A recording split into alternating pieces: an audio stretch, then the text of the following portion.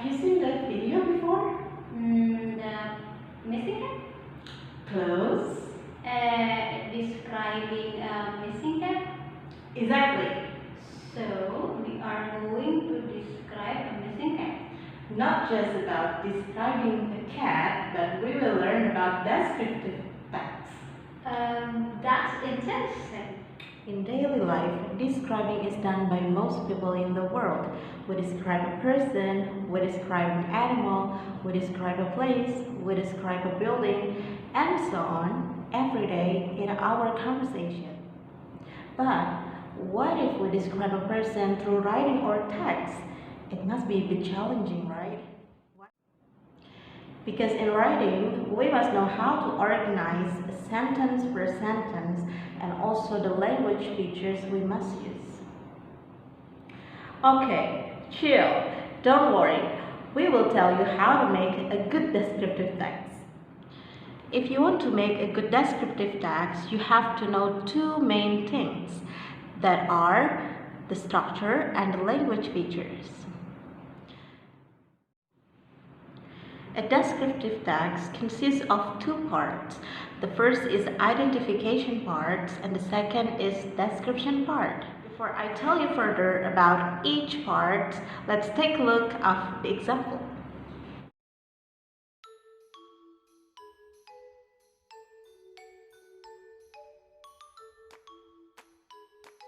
A cat is a small carnivorous mammal. It has a strong flexible body, quick reflexes, and sharp teeth. It has keen vision. It is much more detailed than a dog. A cat is very sensitive to sound. It hears better than people and even better than most dogs. Cat is different between one and another. Some cats meow a lot, but some are silent. Some cats have long, thick fur, while the others have very short fur, or lack of it.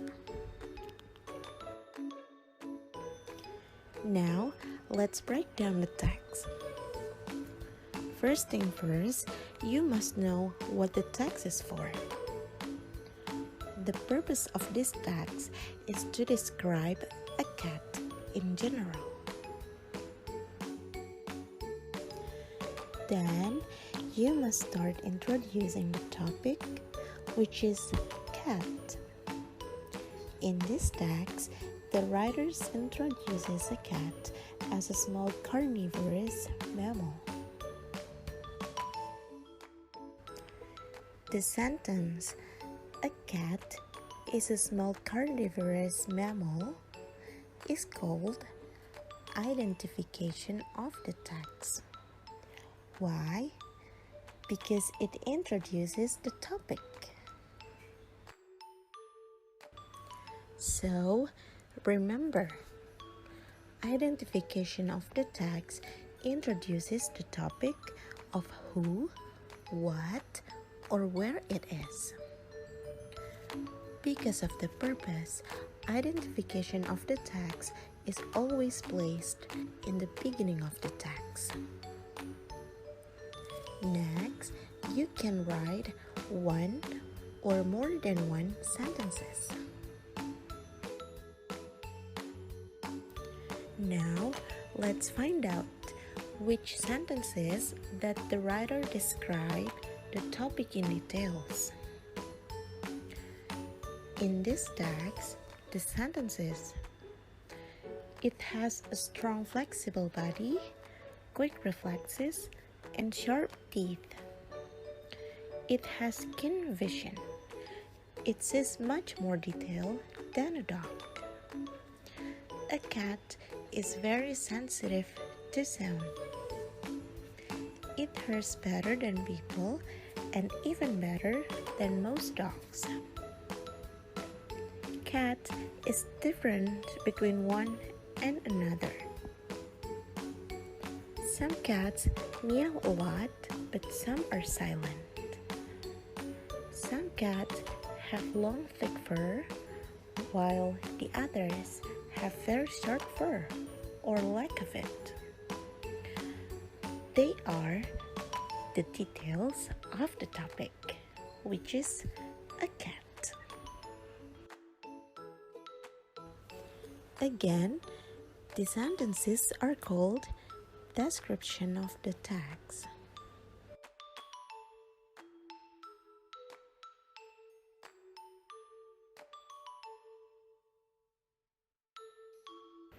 So, don't forget, a description of the text must consist of detailed sentences that tell what the topic looks like or maybe and what it is like.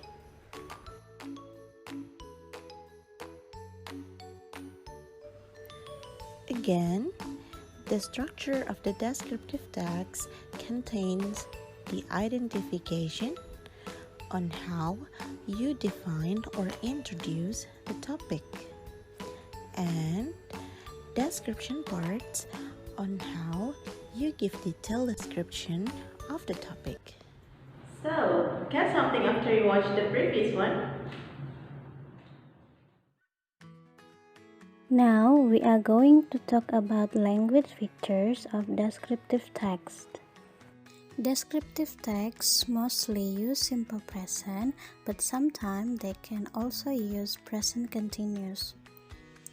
In descriptive text, some sentences use is, am, are, or we usually call them to be as the verbs.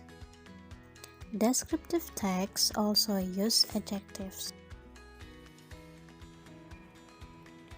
The next thing that we have to consider when we want to write a descriptive text is the tenses that we have to use. We can use simple present or present continuous. In this text, because it tells about general facts of a cat, so the writer uses simple present.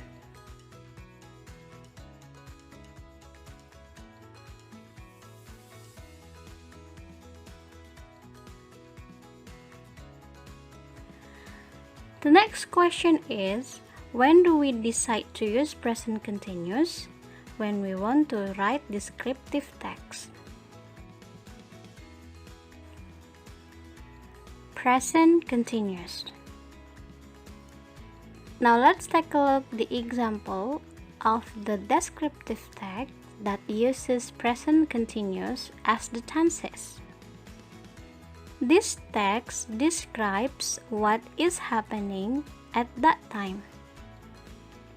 If you see the sentences, there are a lot of activities that are being done by some people. Next question is, when do we decide to use be in the sentences?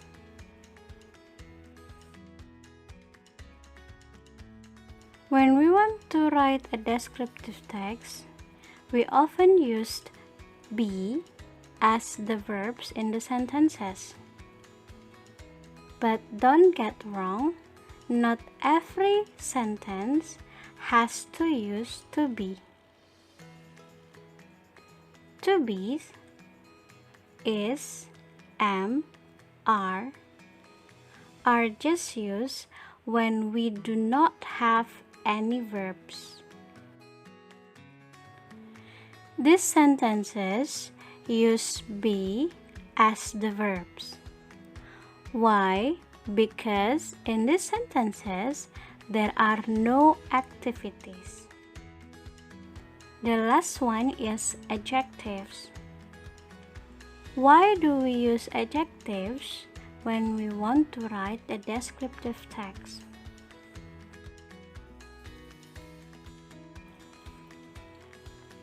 First of all, we have to know what adjective is for.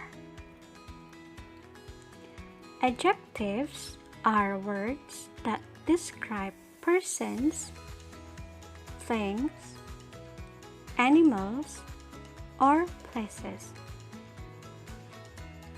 Adjectives tell us about the quality, size, age, shape, color, originality, material, or purpose of a person, thing, animal, or a place. Now back to the previous question, why do we use adjectives in descriptive text? We use adjectives because the descriptive text describes something or someone. So, we use adjectives to help us describe the topic.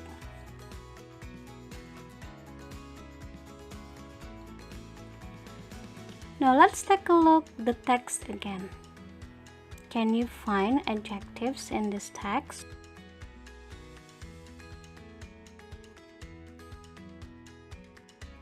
Small, carnivorous, strong, flexible, quick, sharp, keen, sensitive, different, some, silent, thick, and short are the adjectives that the writer uses in this text.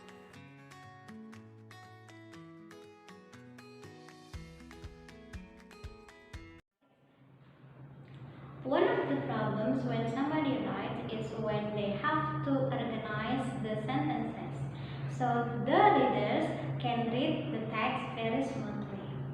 Disordered sentences, ungrammatical sentences, repetitive sentences are the most common mistake or the most common problems every writer has occurred. So that's why you had better make an outline before you write. An outline will help you to focus on what you are going to write. First thing first, you need to think about the topic, of course. Let's say if you have a topic, a cat, so you must focus on what you are going to talk. To tell about the identification part, you have to think how to define a cat.